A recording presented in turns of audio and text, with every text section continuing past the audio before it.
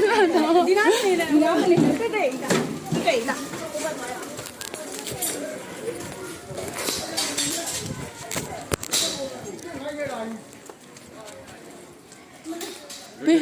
အလေရဲဟာရိုင်နေပြီးတော့ဘေးအင်းကြီးထိကုန်ပြီ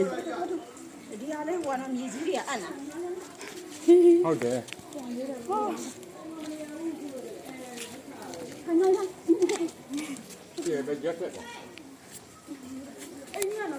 မဟုတ်အလေတွေကနေပြီးတော့ဘေးတွေကိုခွာလို့ရင်းထိုးတာသူ့သာတာကြီး